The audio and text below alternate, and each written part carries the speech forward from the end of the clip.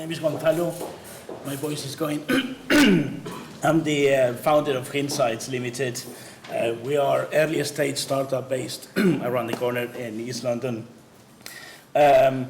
We manufacture, or we are designing and manufacturing ambient information displays. The core proposition of our business is to make big data small and actionable. I don't have time to go into detail how you make big data small. This emerging industry in that space that specializes in the capture, analysis, and retrieval of that information, and is becoming heavily commoditized. However, there isn't that many people working or looking at the problem how you make that information actionable, and that's one of the key areas we're looking into. The three aspects to making data actionable.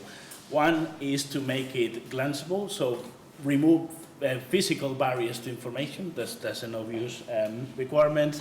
Making data timely. If you want people to react to information, you need to make information relevant to a specific point in time and space. And then making that information accessible, and that is conceptually accessible. So instead of presenting information in a way that people need to decipher or interpret, just bring the actual insight that people is interested to get from that information.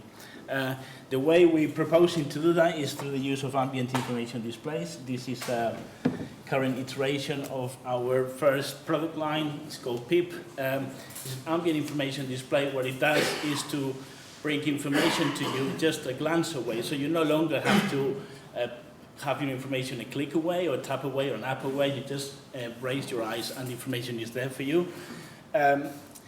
Given the constraints and the nature of the design, that we've consciously chosen to focus on signals. So there are no sort of distributions or things that you need to interpret. You just get the cue of when your data is producing an event that you're interested in. So that calls for very succinct representations of information, and that makes it highly actionable.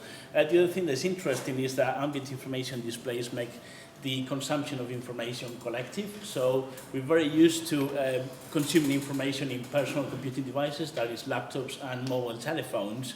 And these can communicate to a group of stakeholders that can take action on that information at once. What I've done in the last few months is just to talk to as many people as would listen to me and try to find out where there is a fit in the market, the markets that would fit this sort of information needs. I've heard right noises from people in social media analytics, smart metering, software engineering, gaming in particular is quite exciting, and health and well-being. However, I've decided to focus our initial launch on software engineering. I have experience in that space. I run another company in that environment, and there are a number of things that I think that make it a very, very interesting market. One, there's a very healthy economy. People in software engineering have a lot of cash to spend generally.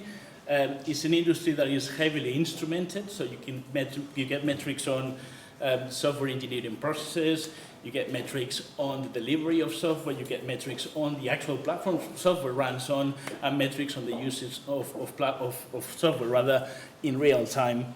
What's more important is that those metrics are very often critical to the business of software engineering. So we think providing ways or lowering the barriers of access of that information that is mission critical to those businesses, we actually can add a lot of value to those companies.